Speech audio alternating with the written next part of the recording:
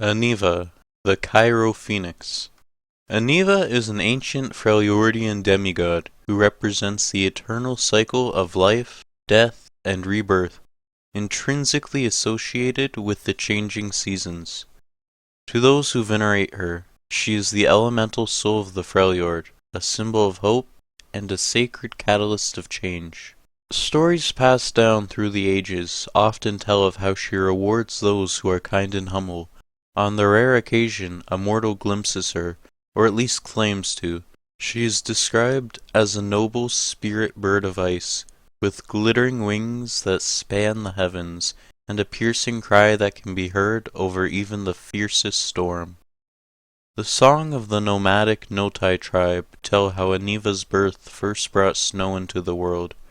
When she burst from her giant egg of ice, tiny pieces of it were hurled into the sky, and it has fallen as snow ever since.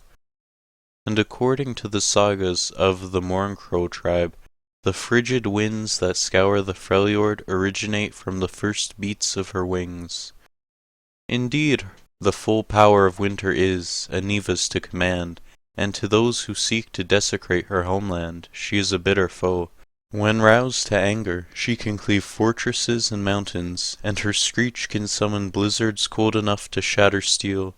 One of the most enduring and respected beliefs is that Anivia's greatest gift to the Freljord was the creation of true ice. Infused with elemental magic, this unmelting substance is pure and potent, and the greatest seers and ice mages have long strived to use shards of true ice to amplify their might, while weapons that have even a tiny sliver forged into them are deadly beyond belief.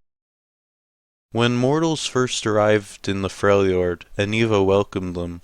Seeing that they could not withstand the cold, she guided them to secluded valleys where they could shelter, become established, and slowly harden themselves against the elements. She nurtured and watched over them for those first precarious centuries, and they, in turn, worshipped her. Anivia hoped that these newly arrived tribes would remain unified in defending the Freljord from outsiders, but slowly infighting and blood feuds became all too common, making an invasion inevitable. According to legend, a greedy southern king marched his warriors up through the mountains, seeking to claim dominion over the Northlands and shackle their wild magic for himself.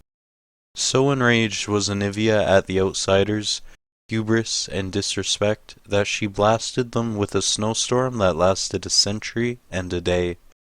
Scattered standing stones can still be seen on the scouring plain, which the locals claim are all that remain of that ancient army.